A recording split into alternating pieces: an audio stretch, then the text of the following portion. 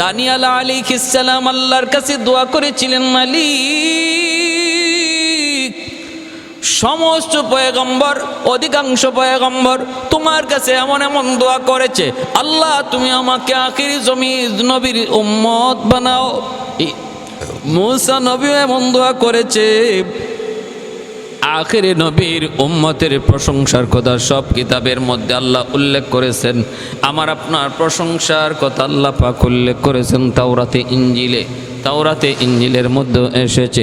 এই কথা শোনার পর অনেক নবীরে আল্লাহর কাছে আবদার করেছেন, মালিক আল্লাহ তুমি আমাকে নবী না বানাইয়া যদি আখিরি জমানার নবীর উম্মত বানাইতা আমি বড় খুশি হইতাম। এমন আবদার করেছেন, কিন্তু আল্লাহ কারো আবদার আল্লাহ কবুল করে নেই। মূসা নবীর আবদারও আল্লাহ কবুল করে নাই। আল্লাহ পাক রব্বুল আলামিন বলেছে এরা বহু পরে আসবে। এ ভাই, এই হলো আমাদের শ্রেষ্ঠত্ব, বৈশিষ্ট্য, আমাদের মর্যাদা। আমার ভাইয়েরা, বন্ধুরা, মূসা আলাইহিস সালামের আবদারও আল্লাহ কবুল করে নাই, কোনো নবীর আবদার আল্লাহ কবুল করে নাই। এক পর্যায়ে হযরত দানিয়াল আলাইহিস সালাম তিনি তো আজীব এক প্রশ্ন আল্লাহর কাছে করলেন, আজীব এক দরখাস্ত আল্লাহর কাছে করলেন, এমন এক সওয়াল করলেন যেটা আল্লাহ পাক ফিরাইয়া দিতে পারলেন না। অন্যান্য নবীদের আবদার আল্লাহ ফিরাইয়া দিলেন না, আমার আখেরি নবীর উম্মত হওয়ার সুযোগ নেই। আমার আখেরি নবীর উম্মত কারা হবে তারাও ফাইনাল হয়ে গেছে, সিলেক্ট হয়ে গেছে।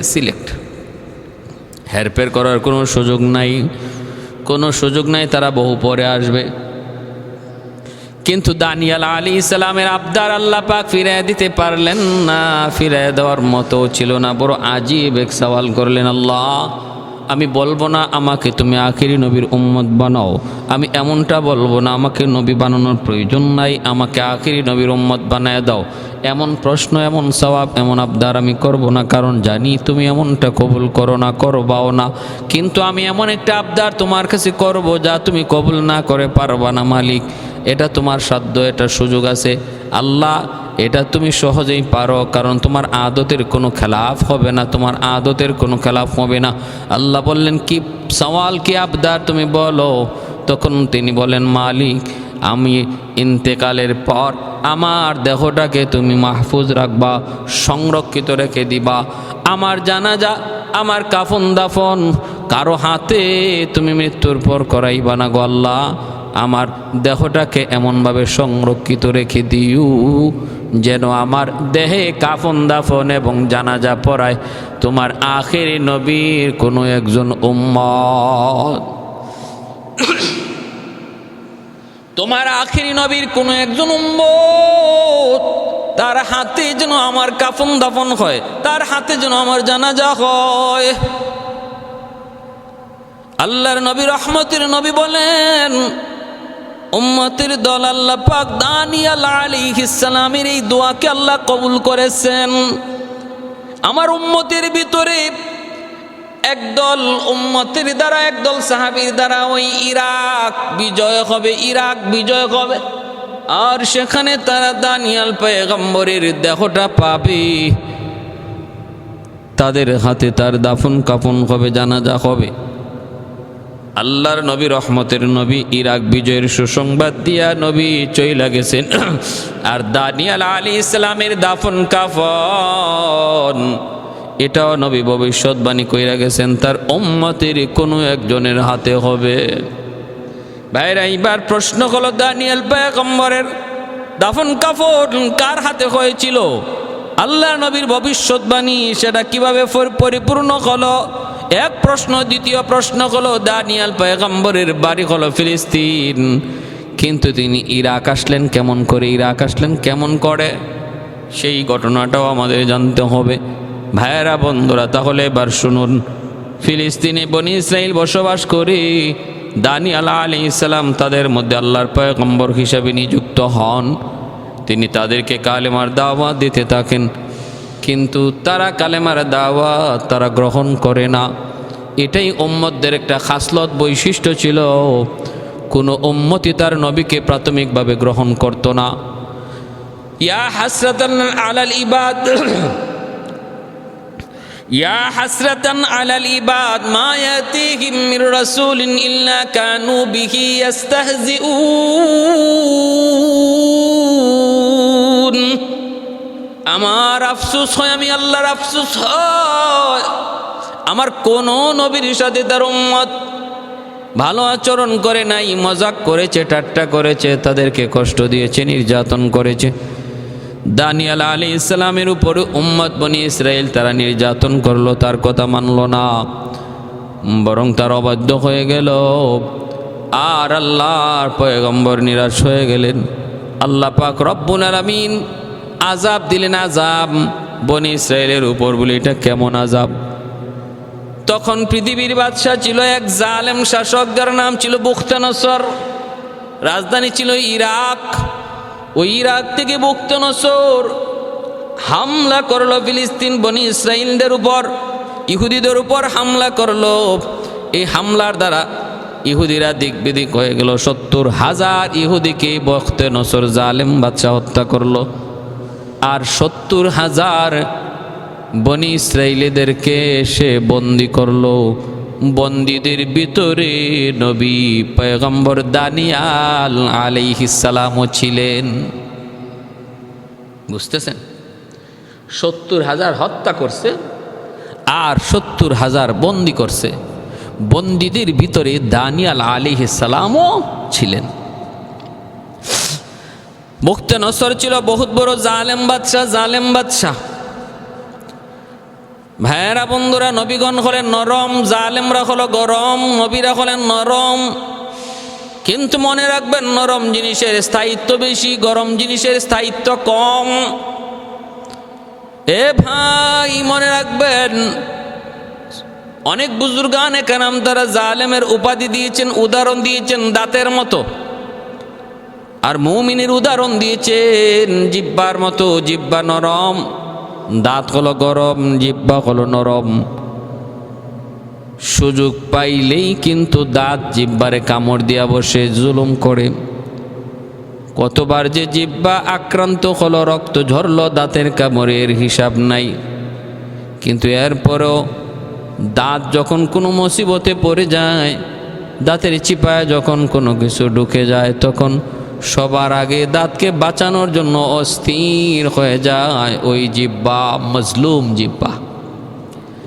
যেই জিহ্বাটারে কিছুক্ষণ আগেও কামড় দিয়ে রক্ত জড়াইছে, ওই জিহ্বাটাই আবার দেখা গেল তার বিপদের সময় তারে উদ্ধার করার জন্য পাগল।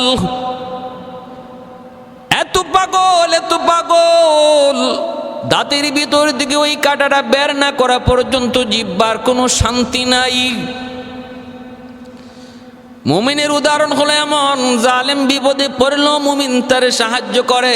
আবু জাহেল বিপদে পড়েছিল, আল্লাহর নবীকে হত্যা করার জন্য গর্ত বানাইছিল আবু জাহেল। ওই গর্তের মধ্যে আবু জাহেল নিজেই পড়ল। আল্লাহর নবী জানার পর নবী তারে উদ্ধার করার জন্য রওনা দিয়ে দিলেন। অথচ আমার নবী ভালো করে জানতেন এই গর্তটা আমার নবীকে হত্যা করার জন্য বানাইছিল। আমার নবী রহমতের নবী, নরম নবী, দয়ার নবী, মায়ার নবী। আবু জাহেল ছিল জালেম, গরম। নবী তার বিপদের সময় উদ্ধার করার জন্য তার গর্তের দিকে রওনা দিলেন। কিন্তু আল্লাহ পাক রব্বুল আলামিন জানায় দিলেন, বন্ধু আবু জাহেল গর্তে পড়ছে ভালো কথা, কিন্তু যাও যাও, মনে রাখো সাবধান, ও কিন্তু অনেক বড় চতুর, অনেক বড় চালাক। এই গর্ত তোমাকে বানার জন্য বানাইছিল। বন্ধু তুমি তো রহমতের নবী, দয়ার নবী, আমি আল্লাহ হলাম রব্বুল আলামিন, তুমি হলে রহমাতুল লিল আলামিন। আমার রুবুবিয়ত যত এলাকা জুড়ে তোমার দয়ার মায়া হো, তাও শত তত এলাকা জুড়ে। আল্লাহর নবী আবু জাহেলের গর্তের কাছে যায়, আবু জাহেলকে ডাক দিয়া বললেন, চাচা, ও চাচা এখন কি খবর? আবু জাহেল কয়, বাবারে আমি গর্ত বানাইছিলাম তোমার লাগি, তুমি তো সব যাই না গেছো বুঝছি, কিন্তু বাবা শোনো, আমি এত গভীর কোনো গর্ত বানাই নাই, বিশ্বাস করো রে বাবা। আমি নর্মাল একটা গর্ত বানাইছিলাম, কিন্তু আমি গর্তের ভিতরে পড়ার পরে দেখি আমি খালি নিচে যাই, নিচে যাই, নিচে যাই। হাত বাড়াইছে লাগাল পায় না, মই ফালাইছে লাগাল পায় না, রশি লাগাইছে লাগাল পায় না। এ বাবা মোহাম্মদ, আমি বুঝে গেছি তুমি ছাড়া আমাকে কেউ গর্ত থেকে তুলতে পারবে না। আল্লাহর নবী রহমতের নবী বলেন, চাচা এত দূর যখন বুঝলেন, বাকি কথাটা আপনি বুঝেন না কেন? আবু জাহেল কয়, বাবা সব হবে, আগে আমারে উঠাও। নবী বলেন, এমন কথা বহু কইছো চাচা, এবার তুমি নিজ থেকেই ওয়াদা করো, উপরে উঠলে পরে কালেমা পড়া ছাড়া কোনো উপায় নাই। কয় ওয়াদা করলাম। আল্লাহ নবী হাত বাড়াইছেন, আল্লাহ গর্তরে বলেন, এই গর্ত তোর মধ্যে আমার রহমতের নবী হাত বাড়াইছে। এই জালেমের জন্য আমার বন্ধু হাত বাড়াইছে সাহায্যের জন্য। জালেমের জুলুমের কথা আমার বন্ধু ভুলে গেছে, কারণ আমি আল্লাহ তারে রহমতের নবী বানায় পাঠাইছি। সে কখনো মনের কষ্ট মনে ধরে রাখে না, সে কার উপরে জিত কখনো অন্তরে ধইরা রাখে না। এটা আমার নবীর একটা বৈশিষ্ট্য, আমার নবীর সিফাত, আমার নবীর গুণ। নবী কার উপরে জিদ অন্তরে রাইখা বসে থাকেন না। কষ্ট পাইছেন, মুহূর্তের মধ্যে কষ্ট ভুলে যান। আল্লাহর নবী রহমতের নবী হাত বাড়াইতেই গর্ত উপরে উঠে গেল। আবু জাহেলের হাত ধরে নবী টান দিয়ে গর্ত থেকে তুইলে আনলেন, আর বললেন, চাচা এবার পড়ুন। আবু জাহেল কইরে, বাতি যাও, তুমি যে এত বড় জাদুকর আগে আমি জানতাম না। নাউজুবিল্লাহি মিন যালিক। ইন্নাকা লা তাহদি মান আহবাবতা ওয়ালাকিন্নাল্লাহা ইয়াহদি মান ইয়াশা। আল্লাহ বলে, বন্ধু তুমি সবাইকে হেদায়েত দিতে পারবা না, আমি আল্লাহ যাকে হেদায়েত দিতে চাই সেই হেদায়েত পায়। অতএব তুমি কাউকে হেদায়েত দেওয়ার জন্য পাগল পারা হইও না, পাগল পারা হইয়া কোনো লাভ নাই। বাইরা বন্ধুরা জন্য বলতেছিলাম, জালেমরা কঠিন দিলের হয় আর ইমানদার নরম দিলের হয়। এই জালেমের উদাহরণ দিয়েছেন দাঁতের মতো, আর ইমানদারের উদাহরণ দিয়েছেন জিহ্বার মতো। জালেমরা বিপদে পড়লো, ইমানদার বিপদ থেকে উদ্ধার করার জন্য চেষ্টা করে, আপ্রাণ চেষ্টা করে। আজকে বাংলাদেশের মানুষ ভালো করে দেখতেছে উলামায়ে কেরাম মজলুম, কিন্তু এই দেশ যখন বিপদে পড়বে তখন উলামায়ে কেরাম সবার আগে পাশে দাঁড়াবে। এটাই বাস্তব, চিরন্তন বাস্তব কথা। আপনি মানেন আর না মানেন, আমার কিছু আসে যায় না। মনে রাখবেন, উলামায়ে কেরাম জাতির বন্ধু, দেশের বন্ধু। যত জুলুমই তাদের উপরে আসুক, তারা কখনো দেশ ভুলবে না, জাতিকে ভুলবে না, বিপদের সময় পাশে দাঁড়াবেই। এটা আজকের কথা নয়, সেটা অতীতের কথা, ইতিহাসের কথা বলছি। কিন্তু দেখেন আমার ভাইরা, এতটা জুলুমের শিকার হয় জিহ্বা। সুযোগ পাইলেই দাঁত জিহ্বারে কামড় দেয়া ধরে, অথচ এই জিহ্বা দাঁতের জন্য কত উপকারী, কত সাহায্যকারী। কথাটা দাঁত মোটো দাঁত এই কথাটা বুঝে না, স্বীকার করে না। এত জুলুমের পরও বলুন তো দেখি, শেষ পর্যন্ত টিকে থাকে কে? জিহ্বা না দাঁত? কে টিকে থাকে শেষ পর্যন্ত? মানুষ যখন বৃদ্ধ হয়ে যায়, কবর পথের যাত্রী হয়, তখন টিকে থাকে কেডা? আজ পর্যন্ত এমন কাউকে শুনি নাই মৃত্যুর আগে তার জিহ্বাটা পইরা গেছে, এমন কোনো মানুষের কথা আজ পর্যন্ত শুনি নাই। কিন্তু মৃত্যুর আগে দাঁত পইরা গেছে, দাঁত একটাও ছিল না, এমন কথা হাজারো হাজারো শোনা যায়, দেখা যায়। বুখতে নসর জালেম বাদশাহ দানিয়াল আলাইহিস সালামকেও বন্দি করে ইরাকে নিয়ে আসলো। ৭০,০০০ বনি ইসরাইলিকে বন্দি করলো, আর ৭০,০০০কে হত্যা করলো। বন্দি করে রাখলো ইরাকের এক বন্দিখানায়, জিন্দানখানায়। ওই অবস্থায় বাইরা বন্ধুরা, আল্লাহর পয়গম্বর জেলখানার ভিতরে দাওয়াত দিতে লাগলেন। বনি ইসরাইল তখন একে অপরকে বলতে লাগলো, এটা আমাদের হাতের কামাই, আমরা কেন নবীকে মানলাম না, এজন্য আজকে আমাদের হাতের কামাই, আমরা জালেমের জুলুমের শিকার হয়েছি, আমরা নবীকে নামাই না, নবীর বিরোধিতা কইরা চরম পর্যায়ে অন্যায় করেছি, আর অন্যায় করা ঠিক নয়। চলো আমরা সবাই এখানে যারা আছি, আমরা অন্তত নবীর হাতে কালেমা পড়ে মুসলমান হয়ে যাই, আমরা তার দাওয়াতের উপর বিশ্বাস করি। এই বইলা দেখা যায় জেলখানার ভিতরে ৭০,০০০ বনি ইসরাইল তারা জেলের ভিতরে নবীর হাতে হাত রেখে কালেমা পড়ে মুসলমান হয়ে গেল। আর বলতে লাগলো, নবী গো একটু দোয়া করুন, আল্লাহ পাক যেন আমাদেরকে এই জালেমের জুলুম থেকে আল্লাহ হেফাজত করেন। আল্লাহ যেন আমাদেরকে এই জিন্দানখানা থেকে আল্লাহ আমাদেরকে বের করার পথ আল্লাহ পাক যেন দিয়ে দেন। নবী আল্লাহর কাছে দোয়া করলেন, মালিক এতদিন পর্যন্ত ওরা তোমাকে চিনে নাই, এখন তোমার পরিচয় পেয়ে গেছে, তোমার নবীকেও পেয়ে গেছে, নবীর পরিচয় পেয়ে গেছে। আল্লাহ তুমি হেফাজত করো, তুমি উদ্ধার করো, তুমি উদ্ধার করো। এই বইলা নবী আল্লাহর কাছে দোয়া করতে লাগলেন। আল্লাহ পাক রব্বুল আলামিন দোয়া কবুল করলেন। এখন তাদেরকে জেলখানা থেকে বের করার পালা। কেমন করে জেলখানা থেকে বের হবেন আল্লাহ পাক সেই পদ্ধতি বের করে দিলেন। শুনবার ইচ্ছা আছে তো? কি সেই পদ্ধতিটা ছিল? বখতিয়ার জালেম বাদশাহ একটা স্বপ্ন দেখছে, আজীব স্বপ্ন। লাফ দিয়া উঠছে গভীর রাত্রে স্বপ্ন দেখিয়া ভয়ে, আবার ঘুমাইছে।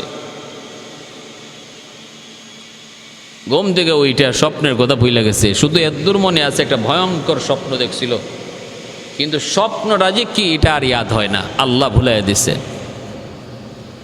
সকালবেলা মন্ত্রী পরিষদকে ডাকলো, গণকদেরকে ডাকলো, জ্যোতিষীদেরকে ডাকলো, জালেম সবাইকে ডাকলো। এই বখতিয়ার জালেম বাদশাহ সবাইকে ডাকলো, ডাইকে বলতেছে যে 4 জন মানুষকে আল্লাহ তামাম দুনিয়ার বাদশাহী দান করেছিলেন, এর মধ্যে দুইজন মুমিন, 2 জন কাফের।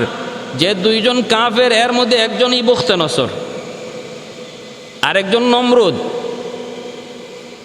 আর 2 জন ইমানদারকে আল্লাহ দুনিয়ার বাদশাহী দান করেছিলেন, একজন হলেন হযরত সুলাইমান আলাইহিস সালাম, আরেকজন হলেন যুলকারনাইন। এই 2 জনকে আল্লাহ পাক ইমানদার তাদেরকে দুনিয়ার বাদশাহী দিলেন, আর 2 জন কাফেরকে আল্লাহ দুনিয়ার বাদশাহী দিলেন। এইবার প্রশ্ন জাগতে পারে, আল্লাহ পাক রব্বুল আলামিন দুনিয়ার বাদশাহীটা আল্লাহ কোনো বেঈমানকে কেন দিলেন? মুহাদ্দিসিনে কেরাম, মুফাসসিরিনে কেরাম ব্যাখ্যার ভিতরে তারা লিখছেন, কিতাবের ভিতরে আল্লাহ পাক বুঝাইতে চাইলেন, দুনিয়া আমি আল্লাহর কাছে বিন্দু পরিমাণে এর কোনো মূল্য নাই, এর কোনো দাম নাই। মাছির একটা পাখা, মশার একটা পকর পরিমাণ মূল্য এই দুনিয়ার নাই, এই দুনিয়ার নাই। যদি থাকতো আল্লাহ পাক রব্বুল আলামিন এক ডুব পানিও কোনো বেঈমানকে পান করতে দিতেন না। এজন্য আল্লাহ বুঝাইলেন, দুনিয়া আমি ইমানদারকেও দিব, বেঈমানরেও দিব। দুনিয়া আমি বেঈমানরেও দিব, ইমানদারকেও দিব, এমনকি বেঈমানকে আমি আল্লাহ বেশি দিব। কারণ এই দুনিয়ার কোনো মূল্য আমি আল্লাহর কাছে নাই। ইমানদারের মূল্য হলো আখেরাতে, ইমানদারের বাড়ি হবে আখেরাতে, জান্নাতে। জান্নাতের তুলনায় দুনিয়ারই নগণ্য তুচ্ছ পাওয়ার ক্ষমতা, দুনিয়ারই আরামায়েশের কোনো মূল্য আমি আল্লাহর কাছে নাই। ইমানদারের জন্য আমি আল্লাহ রেখে দিয়েছি জান্নাতের চিরস্থায়ী নাজ নিয়ামত, আরামায়েশ, উন্নত মানের ব্যবস্থা। আর দুনিয়ার ব্যবস্থা হলো নিম্নমানের, আবার সেটা হলো বড় ক্ষণস্থায়ী। এজন্য দুনিয়া আল্লাহ পাক রব্বুল আলামিন তিনি ইমানদারকেও দিবেন, বেঈমানরাও দিবেন।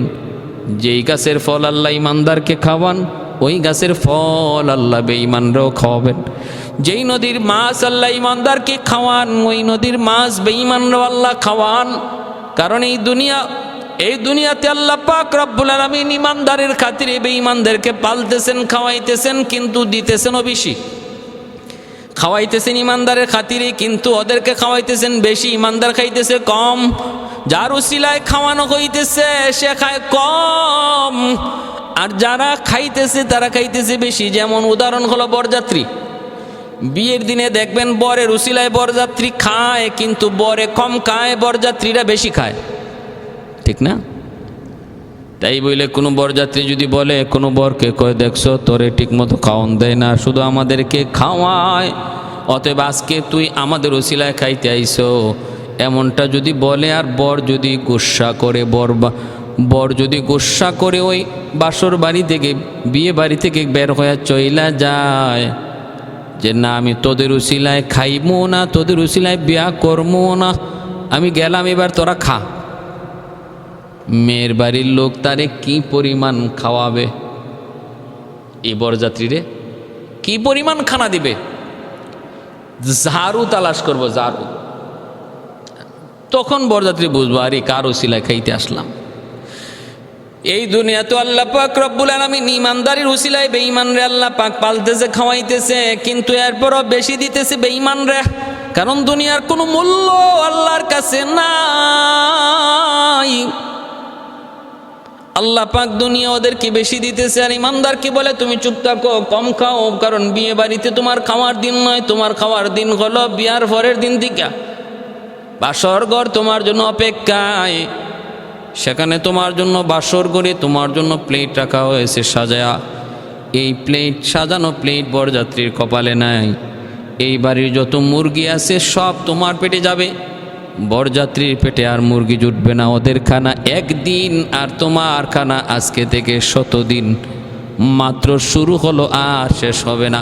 আল্লাহ বলেন, ইমানদার মুমিন, দুনিয়াতেও তুমি একদিন খাওয়ার জন্য, দুনিয়ার হায়াতটা আখিরাতের হায়াতের তুলনায় একদিনও না, এর চেয়ে আরো কম। এই একদিন তোমার খানার দিন নয়, সেটা বেঈমান কাফির কুফফারের জন্য। কারণ ওরা বরযাত্রী, তুমি হলে দুনিয়ার জন্য বর। ওরা যা খুশি খায় খাক, তুমি ওদের দিকে তাকাও না। আমি আল্লাহ জান্নাতে তোমার জন্য বাসর ঘর সাজায় রাখছি, সেখানে বিভিন্ন জাতের খাবারের প্লেট, বিভিন্ন জাতের খাবারের আইটেম তোমার জন্য রেখে দিয়েছি রে বান্দা।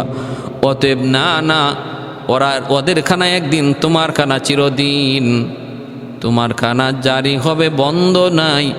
আর বেঈমানের খানা একদিন। দুনিয়ার হায়াত যতদিন আছে, দুনিয়ার হায়াত যতটুকু সময় আছে অতটুকুই। এরপরে এদের কপালে আর কোনো খানা নাই, আছে শুধু খালি সিন্নি আর সিন্নি। সিন্নি বুঝেননি? মায়ের কপালে আছে শুধু সিন্নি। ভাইরা, বুখতনসর জালেম বাদশাহ একটা স্বপ্ন দেখলো, আজীব স্বপ্ন। সকালবেলা জ্যোতিষীদেরকে ডাইকা বলে, আমি একটা আজীব স্বপ্ন দেখছি, স্বপ্নের তাবির তোমরা বলে দাও, ব্যাখ্যা তোমরা বলে দাও। যদি ব্যাখ্যা না বলতে পারো, আমি গর্দান নিয়ে আনিব, গর্দান। জ্যোতিষীরা কয়, তাহলে স্বপ্নটা কি একটু কও দেখি। বাদশাহ বুখতনসর কয়, স্বপ্নও আমার মনে নাই। জ্যোতিষীরা কই, এটা কেমন কথা, স্বপ্ন মনে নাই, আমরা স্বপ্নের ব্যাখ্যা করব কেমনে? কয়, এত কিছু বুঝি না, কি স্বপ্ন দেখছি এটাও বলতে হবে, এবং স্বপ্নের ব্যাখ্যা কি এটাও জানাইতে হবে। এমনি তোমাদেরকে লাখ লাখ টাকা দিয়া পালতেছি। জ্যোতিষীদেরকে, গণকদেরকে কয়, তোমাদের তুলে আমার রাজ্যের এত ভর্তুকি, এত ব্যয়, এত ব্যয়, এত খরচ, এত কিছু করতেছি। আজকে তোমরা আমি কি স্বপ্ন দেখছি এটাও যদি বলতে না পারো, স্বপ্নের ব্যাখ্যা কি তাও যদি জানাইতে না পারো, তাহলে কিন্তু সময় মাত্র 3 দিন, সব জ্যোতিষী আর গণকের গর্দান নিয়ে নিব। আচ্ছা, আপনারা বলুন, এটা কত এক পাগলামি কথা, এটা কত বড় পাগলের কথা যে স্বপ্নের ব্যাখ্যা তো বলবেই, কয় স্বপ্ন কি দেখছি এটাও বলা লাগবে। জ্যোতিষীরা, গণকেরা পড়ে গেল টেনশনে, ঘুম নাই, খানা নাই। হায় হায়, কেমন করে বলবো কি স্বপ্ন দেখছে। এইদিকে বাদশাহ বুখতনসর জালেম, তারও ঘুম নাই, খানা নাই। কি দেখলাম, কি দেখলাম, কি দেখলাম, কি দেখলাম। ভাইয়েরা, বন্ধুরা, এইদিকে আল্লাহ পাক ওই কারাগারে, জালেমের কারাগারে নবী দানিয়াল আলাইহিস সালামকে আল্লাহ পাক বাদশার এই স্বপ্নের কথা আল্লাহ নবীকে জানায় দিছেন, আর স্বপ্নের ব্যাখ্যাও আল্লাহ জানায় দিছেন। বাদশার দরবারের ঘটনাও আল্লাহ জানায় দিছেন। এরপরে পয়গম্বর তিনি কারারক্ষী ডাক দিয়া বলেন, তোমার বাদশা একটা স্বপ্ন দেখছে। কি স্বপ্ন দেখছে সেটাও বলতে পারে না, ব্যাখ্যা কি তাও জানে না। কই, জানি তো, জ্যোতিষীদেরকে 3 দিন টাইম দিছে। আল্লাহর পয়গম্বর কারারক্ষীকে বলেন, জ্যোতিষীরা 3 দিন না 3 বছরও পারবে না। তুমি যাও, যায় বলো বাদশাকে আমি পারবো। তুমি যায় বলো, জেলখানার ভিতরে একজন আল্লাহর বান্দা, আল্লাহর একজন গোলাম, ইনি পারবো। উনি কি স্বপ্ন দেখছে স্বপ্নটাও বলতে পারবে, স্বপ্নের ব্যাখ্যাও বলে দিতে পারবে। কারারক্ষী দৌড়ায় যখন জালেম বুখতনসরের সামনে আসলো, আইসে বলে দিল, আপনি তমুক আর তমুকের কাছে বইলে কোনো লাভ নাই, জ্যোতিষীরাও পারবে না, গণকেরাও পারবে না। আপনার স্বপ্নের কথা, স্বপ্নের ব্যাখ্যার কথা বলে দেবে কারাগারে বন্দী একজন আল্লাহর গোলাম। আমি তাকে বড় চিনেছি, সে বড় ভালো, বড় ভদ্র, বড় নম্র, বড় পরহেজগার, বড় দিনদার একজন মানুষ। কারাগারের সবগুলি মানুষ তার হাতে বায়াত গ্রহণ করেছে এবং সবাই যেন ভালো দুনিয়ার ভালো মানুষে পরিণত হয়েছে। কোনো উশৃঙ্খলতা নাই, কোনো মারামারি নেই, কোনো ঝগড়া নাই, ফাসাদ নাই। সর্বদা ওনার আলোচনা শুনে, বয়ান শুনে আর কান্নাকাটি করে, চোখের আর কাছে জানি হাত উঠে কান্দে।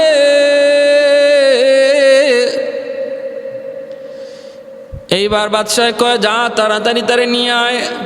জেলখানা থেকে সারে বাদশার দরবারে হাজির করা হলো। বাদশাহ এবার বলে, তুমি কি পারবা আমার স্বপ্নের কথা বলে দিতে? বলে, হ পারবো। কয়, তাহলে বলো। কয়, বলতে পারি, শর্ত কি? শর্ত হলো আমাকে আমার বন্দি সবাইকে মুক্তি দিয়ে দিতে হবে। কয়, সব ঠিক আছে, সব হবে, কোনো টেনশন তুমি করো না। আমার স্বপ্নের কথা যদি বলতে পারো, আমি তোমার আর তোমার বন্দীদের সবাইকে মুক্তি দিয়ে দিব। আল্লাহর পয়গম্বর হযরত দানিয়েল আলাইহিস সালাম তখন বলেন, বাদশাহ, আপনি যে স্বপ্ন দেখেছেন সেটা হলো আপনি একটা বাগানের ভিতর দিয়ে হাঁটতেছেন, দেখেন তো মনে পড়েনি? কয়, কিছু কিছু মনে পড়েছে। দেখবেন মাঝে মাঝে ঘুম থেকে ওঠার পর স্বপ্ন দেখেছি, আজীব স্বপ্ন, কিন্তু মনে থাকে না। হয়নি না? হয় না? বহু এমন প্রমাণ রয়েছে, স্বপ্ন দেখেছি কিন্তু ঘুম থেকে ওঠার পর স্বপ্নের কথা ইয়াদ নাই, হঠাৎ করে মাঝে মাঝে কিছু কিছু মনে হয়। আল্লাহর পয়গম্বর যখন বলে দিলেন আপনি বাগানের ভিতর দিয়ে হাঁটতেছেন, এরপরে যাইতে যাইতে আপনি পেয়ে গেলেন বিশাল আকারের একটা মূর্তি। দেখুন তো মনে পড়েনি? কয়, মনে পড়তেছে। কয়, মূর্তিটা বিশাল আকারের মূর্তি দেখছেন? বিশাল আকারের মূর্তি দেখছেন। আপনি যাই দেখেন মূর্তির পা জমিনে, মাথাটা যেন আসমানে আসমানে মনে হয়, কিন্তু মূর্তিটার চেহারাটা হলো স্বর্ণের, বুকটা হলো তার রূপার, পেট হলো তামার, তারপরে পিতল, তারপরে লোহা, তারপরে মাটি। এই জিনিসগুলা দিয়ে তার মূর্তিটারে বানানো হয়েছে। প্রত্যেকটা জিনিস চমকাইতেছে। দেখুন তো মনে পড়েনি? বাদশাহ বলে, বাদশাহ বলে, মনে পড়েছে, মনে পড়েছে। এমনটাই আমি স্বপ্ন দেখেছি। এবার বলো তো দেখি। এরপরে কি বলে? আল্লাহর বান্দা, আল্লাহর পয়গম্বর তিনি বলে, বাদশাহ, তোমার স্বপ্ন এখনো শেষ হয় নাই, আরো আছে। বলে, কি? কয়, সামনে তুমি দেখছো মাথার উপরে ছোট্ট একটা পাথর পড়লো। ওই পাথরটা মূর্তির মাথায় পড়া মাত্রই পাথরের আঘাতে মূর্তিটা দলিসাৎ হয়ে মাটিতে পড়ে গেল, চূর্ণ বিচূর্ণ হয়ে গেল। আর ছোট্ট পাথরটারে আপনি হাতে নিছেন, নিয়ে দেখতেছেন হাতের এই ছোট্ট পাথরটা অল্প অল্প করে বড় হইতে হইতে হইতে হইতে তামাম দুনিয়াটা ঘিরে ফেলেছে। মূর্তি যত বড় হচ্ছিল পাথরটাও এত বড় হয়ে গেছে। এই দেখছেন আপনি স্বপ্ন। বাদশা এবার বলতেছে, দানিয়াল, তুমি ঠিক বলেছ, ঠিক বলেছ, এমনটাই আমি দেখেছি। এইবার তুমি ব্যাখ্যা বলো, স্বপ্নের ব্যাখ্যা বলো। আল্লাহর পয়গম্বর বলতেছেন, ব্যাখ্যা হলো, তুমি যে মূর্তিটা দেখেছো এই মূর্তিটা হলো তামাম দুনিয়া। এই দুনিয়ার ভিতরে তুমি যে দেখেছ এই বডিটা বিভিন্ন জিনিস যারা তৈরি, স্বর্ণের দ্বারা, রূপার দ্বারা, পিতলের দ্বারা, তামার দ্বারা। এই হলো দুনিয়ার ভিতরে বিভিন্ন জাতি উপজাতি। এই জাতি উপজাতি, বিভিন্ন জাতি উপজাতি তুমি এইভাবে দেখেছ। তামাম পৃথিবী জুড়ে এইরকম জাতি উপজাতি দেখেছো। আর তুমি দেখেছিলা কি? প্রত্যেকটা স্বর্ণ, রূপা, তামা, লোহাগুলো একটা আর একটার দিকে ডাইকে ডাইকে কয়, আমি বড়, আমি বড়, আমি বড়। এই হলো দুনিয়ার বিভিন্ন জাতি যে আছে, এরা একজন আর একজনের চেয়ে বড় বলবে। চীন বলবে আমি বড়, আমেরিকা বলবে আমি বড়, রাশিয়া বলবে আমি বড়, রোম বলবে আমি বড়, পারস্য বলবে আমি বড়।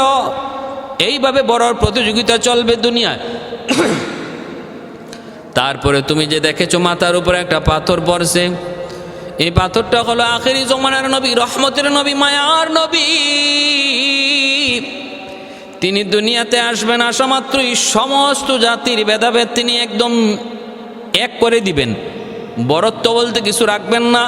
কালোর উপরে সাদা আর গোলামের উপরে মনিবের, এই যে বরত্ব, অহংকার, এগুলা তিনি রাখবেন না। দুনিয়ার এই সব কিছু সমান করে দিবেন। রাজা বাদশাহ এক কাতারে, এক কাতারে, এক কাতারে বাদশাহ প্রজা, রাজা প্রজা এক কাতারে দাঁড়াবে, নামাজে দাঁড়াবে। একজন আরেকজনের উপরে বরত্ব দেখাবে না। তিনি আসার দ্বারা তামাম দুনিয়ার মানুষের মধ্যে ভারসাম্যতা ফিরে আসবে। তিনি হলেন আখেরি জমানার নবী এবং তার সেই দাওয়াতের মিশনের দ্বারা তামাম দুনিয়া জুড়ে তারই দাওয়াত ছড়ায় যাবে, দাওয়াত ছড়ায় যাবে। এই হলো তোমার স্বপ্নের ব্যাখ্যা। এই কথা শোনা মাত্রই বুখতেনসর জালেম বাদশা বলে, দানিয়াল, তোমার এই স্বপ্নের ব্যাখ্যা জানার কারণে আমার মনে শান্তি পাইলাম। আমি তো এত ভয়ের মধ্যে ছিলাম, আমি জানি মারা যাব।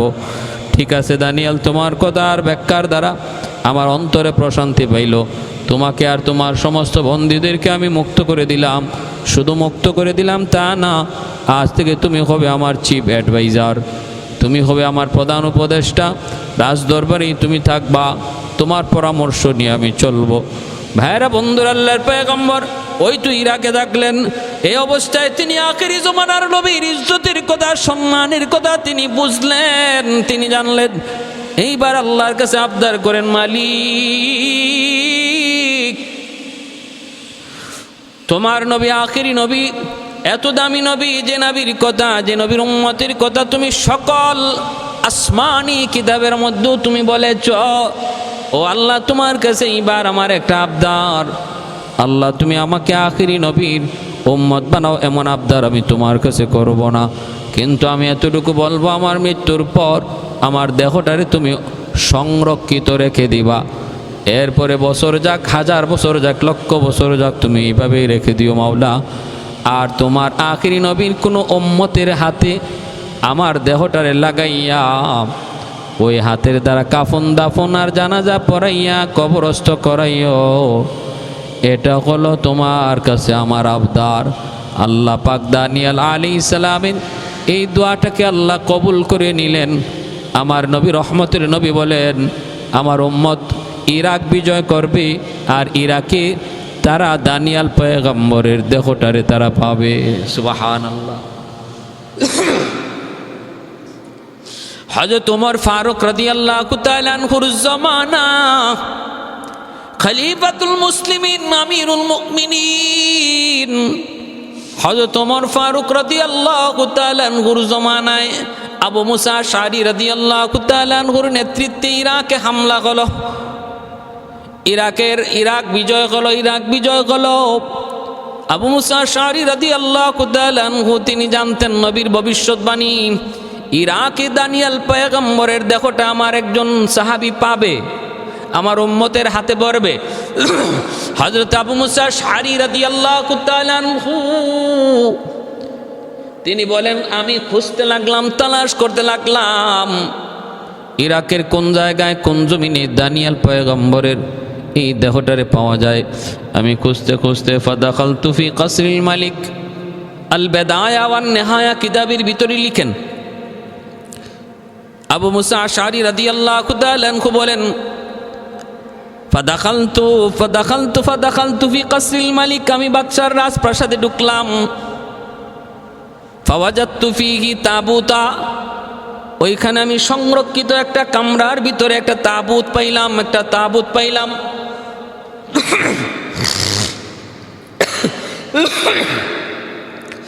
আমি একটা কফিন পাইলাম, কফিন।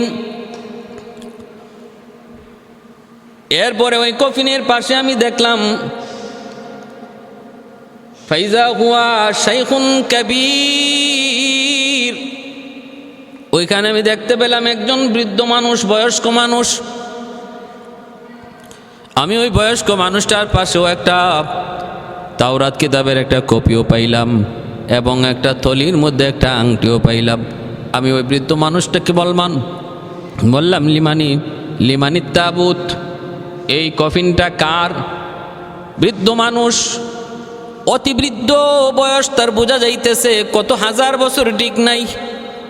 তিনি বলতেছেন, হাদা লি দানিয়াল আলাইহিস সালাম, এই দেহটা হলো আল্লাহর পয়গম্বর দানিয়াল আলাইহিস সালামের দেহ। দানিয়াল আলাইহিস সালামের দেহ।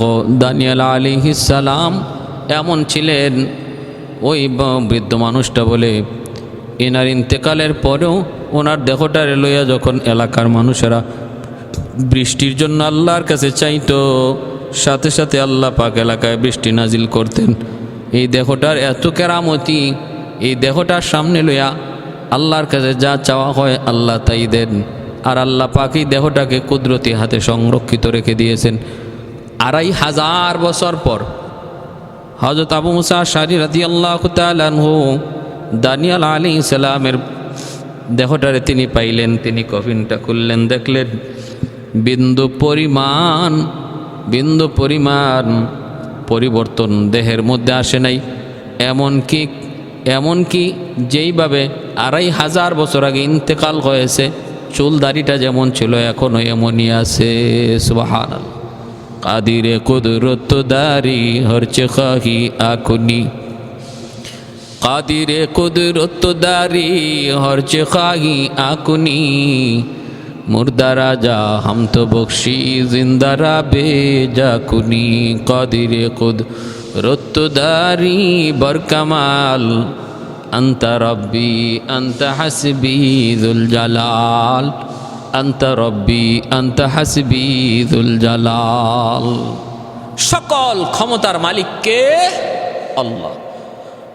ওয়াল্লাহু আলা কুল্লি শাইইন কাদির।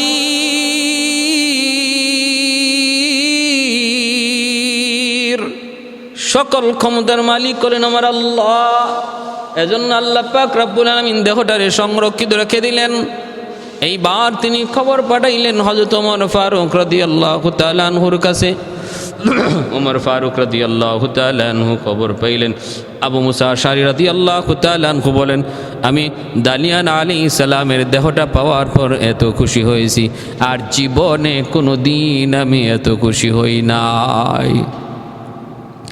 আমি জীবনে এত খুশি হই নাই যত খুশি হয়েছি আমি দানিয়াল আলাইহিস সালামের দেহটা পাইয়া। এই দেহটা পাইয়া যত খুশি হয়েছি। ভাইরা বন্ধুরা, জন্য বলতেছিলাম হযরত ওমর ফারুক রাদিয়াল্লাহু তাআলা আনহু তিনি খবর পাঠাইলেন। তিনি খবর দিলেন দানিয়াল আলাইহিস সালামের দেহটারে তোমরা দাফন করো। রাতের অন্ধকারে 13টা কবর খুই দেয়া, যে কোনো একটা কবরের মধ্যে রেখে দিবা, যেন মানুষ টের না পায়, মানুষ যেন টের না পায়। আল্লাহর পয়গম্বর রহমতের নবী মায়ার নবীর ভবিষ্যৎবাণী বলে গেল। আবু মুসা আশআরী রাদিয়াল্লাহু তাআলা আনহুর হাতেই তারে কাফন দাফন করানো হলো, জানাজার নামাজ পড়ানো হলো, তারপরে তারে কবরস্থ করা হলো। আল্লাহর কাছে তার জীবনের শেষ আবদার আল্লাহ পাক রক্ষা করলেন। ওই আংটিটা আবু মুসা আশআরী রাদিয়াল্লাহু তাআলা আনহু তিনি পেয়েছিলেন। হযরত ওমর বলেন, আবু মুসা তুমি আংটিটা হাতে দাও। আংটিটার মধ্যে ছিল 2টা সিংহ আর একটা মানুষের ছবি। ওই সিংহটা মানুষের পা চাটতেছে। ভাইরা বন্ধুরা, জন্য বলতেছিলাম এর কাহিনীটা কি? তাওরাতের মধ্যে ওই যে একটা কপি আছে, ওই যে একটা কাগজে লেখা চিঠির মধ্যে ওইখানের মধ্যে লেখা আছে। আংটির রহস্যটা হলো দানিয়াল আলাইহিস সালাম ইনি যখন ছোট্ট বাবু, ওই এলাকায় জালেম বাদশা খবর পাইছে তার এলাকার মধ্যে একজন সন্তান আজ রাত জন্ম নিবে, যার হাতেই তার ক্ষমতা যাবে। এই কথা মনে করে সমস্ত সন্তানগুলিকে এক রাতে হত্যা করলো। আর হযরত দানিয়াল আলাইহিস সালাম তার মায়ের গর্ভে দুধের বাচ্চা, মায়ের গর্ভ থেকে মাত্র এসেছেন, ওই বাচ্চাটারে তার বাহিনী হাতে নিয়ে সিংহের মাঝখানে ছেড়ে দিল। কি করলো? সিংহের মাঝখানে ছেড়ে দিল। এরপরও তারা চলে গেল। তারা তো ভাবলো সিংহ তারে খেয়ে ফেলছে, কিন্তু না, বরং সিংহরা তারা তো চিনে ফেলেছে এই বাচ্চাকে। তিনি তো আল্লাহর পয়গম্বর হবে, যার নাম হবে দানিয়াল। সিংহরা জিহ্বা দিয়া বরং শিশু বাচ্চাটা মায়ের পেট থেকে দুনিয়াতে আসার পর তার গায়ে যে কিছু ময়লা থাকে, সিংহ সেটাকে জিহ্বা দিয়া চাইটা ময়লা পরিষ্কার করে। আর এই স্মৃতিটা বিজড়িত রাখার জন্যই, এই স্মৃতিটাকে রাখার জন্যই দানিয়াল আলাইহিস সালাম ওই আংটির মধ্যে তিনি 2টা সিংহ আর একটা শিশু বাচ্চার ছবি তিনি রেখে দিয়েছিলেন।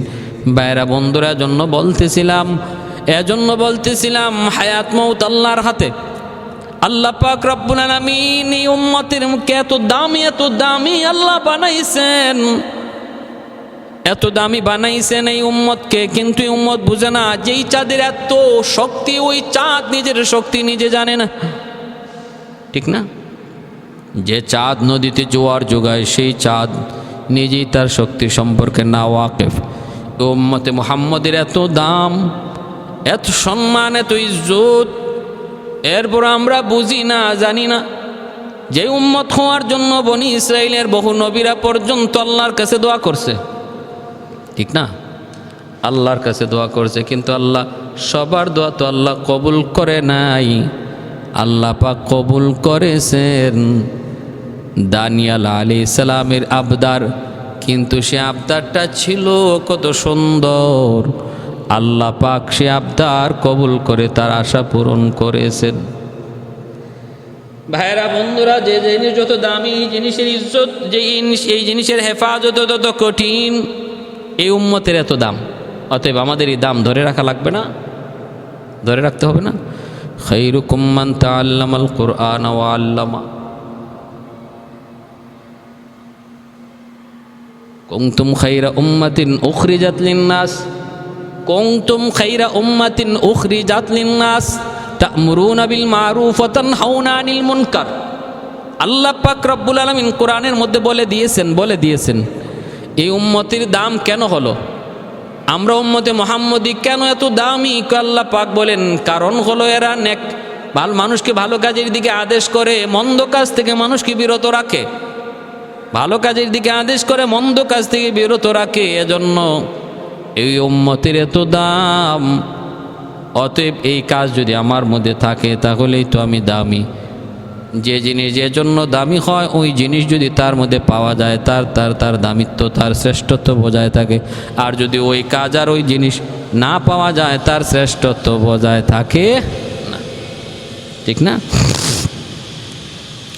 যেই গাছ ফল দেয়, এই গাছ, যেই গাছ থেকে ফল পাওয়া যায় এই গাছই রাখা হয়। যেই গাছে ফল দেয় না এই গাছ রাখা হয় না, লাকড়ি বানানো হয়, লাকড়ি বানানো হয়। মানুষ এই উম্মতে মুহাম্মদী শ্রেষ্ঠ হওয়ার কারণ আল্লাহ বলেছেন তা'মুরুনা বিল মারুফ ওয়া তানহাউনা আনিল মুনকার। মানুষকে ভালো কাজের দিকে ডাকবা, মন্দ কাজ থেকে বিরত রাখবা। আল্লাহর নবী সারা জীবন এই আমর বিল মারুফ নাহি আনিল মুনকারের কাজ করে গেছেন। মন্দ কাজ, মান রাআ মিনকুম মুনকারান ফালইয়ুগাইয়ির বিয়াদিহি ফাইন লাম ইস্তাতি ফাবিলিসানিহি ফাইন লাম ইস্তাতি ফাবিকলবিহি ওয়া যালিকা আযআফুল ঈমান। মন্দ কাজ দেখলে পরে তুমি মন্দ কাজকে প্রতিহত করো, সামর্থ্য থাকলে তুমি প্রতিহত করো, বন্ধ করো। যদি সামর্থ্য না থাকে আল্লাহর নবী বলেন জবান দিয়ে তুমি মন্দ কাজের বিরোধিতা করো। যদি জবান দিয়েও বিরোধিতা করার শক্তি তোমার না থাকে, অন্তর দিয়ে তুমি ঘৃণা করো, অন্তর দিয়ে ঘৃণা করো। এজন্য ভাইয়েরা বন্ধুরা, আমর বিল মারুফ নাহি আনিল মুনকার এই উম্মতের মধ্যে যতদিন থাকবে উম্মত শ্রেষ্ঠ উম্মত হিসাবে দাবি করবে। আর যেদিন থেকে আমর বিল মারুফ নাহি আনিল মুনকার উম্মত হারায় যাবে, উম্মত থেকে চলে যাবে, ওই দিন থেকে আমাদের শ্রেষ্ঠত্ব বিদায় নেবে, শ্রেষ্ঠত্ব বিদায় নেবে। আজকে উম্মতে মুহাম্মদী চোখের সামনে মন্দ চলে, জুলুম চলে, অন্যায় চলে, কিন্তু চোখ বুজে শোয়া নেই। নামাজ পড়ি, জুলুমও করি, নামাজ পড়ি, জুলুমকে সাপোর্টও করি, সহযোগিতাও করি। তাহলে আল্লাহ পাকের কাছে আমার আপনার শ্রেষ্ঠত্ব কেমনে বজায় থাকবে? ভাইরা বন্ধুরা, ভাইরা আমার, এজন্য বলতেছিলাম যে হযরত দানিয়াল আলাইহিস সালাম আল্লাহর এত বড় পয়গম্বর, হ্যাঁ, দেখেন কি অলৌকিক মৃত্যু, আর কি অলৌকিকভাবে আল্লাহ তারে দাফন করাইলেন। একটা আবদার যে আল্লাহ আমার দেহটা তোমার আখিরি নবীর কোনো উম্মতের হাতে ছোঁয়া লাগাইয়া আমারে কবরস্থ করাইও। কেমন আবদার ছিল! আজকে আমরা এই উম্মতে মুহাম্মদী, আজকে আমি আমার নিজের মূল্য বুঝি না। হ্যাঁ, নবীর উম্মত দেখলে বোঝা যায় না, দেখলে বুঝাই যায় না, সুরত সিরত সব বেদিনদের, বেঈমানদের। এজন্য বলি যুবক, নিজের একটু বুঝো, নিজের একটু জানো, নিজের শক্তি সম্পর্কে একটু বোঝার চেষ্টা করো। তোমার ইজ্জত, তোমার সম্মান, তোমার মাকাম কোথায়, একটু বোঝার চেষ্টা করো, নিজেরে জানো। আল্লাহ আমাদের সবাইকে আমার নবীর আখলাক মতো, নবীর আদর্শ মতো চলার এবং নবীর উম্মত হিসাবে নবীর উম্মত হিসাবে, বিশেষ করে আখিরি নবীর উম্মত হওয়ার সৌভাগ্য যে আল্লাহ আমাদেরকে দান করেছেন, এর শুকরিয়া তান সর্বদা ভালো কাজের পক্ষে থাকার আর মন্দ কাজ থেকে দূরে থাকার, ভালোর পক্ষে সাপোর্ট করার আর মন্দ কাজকে বাধা দেওয়ার তৌফিক আল্লাহ আমাদের সবাইকে দান করুন। ওয়া আখির দাওয়ানা আনিল হামদুলিল্লাহি রব্বিল আলামিন।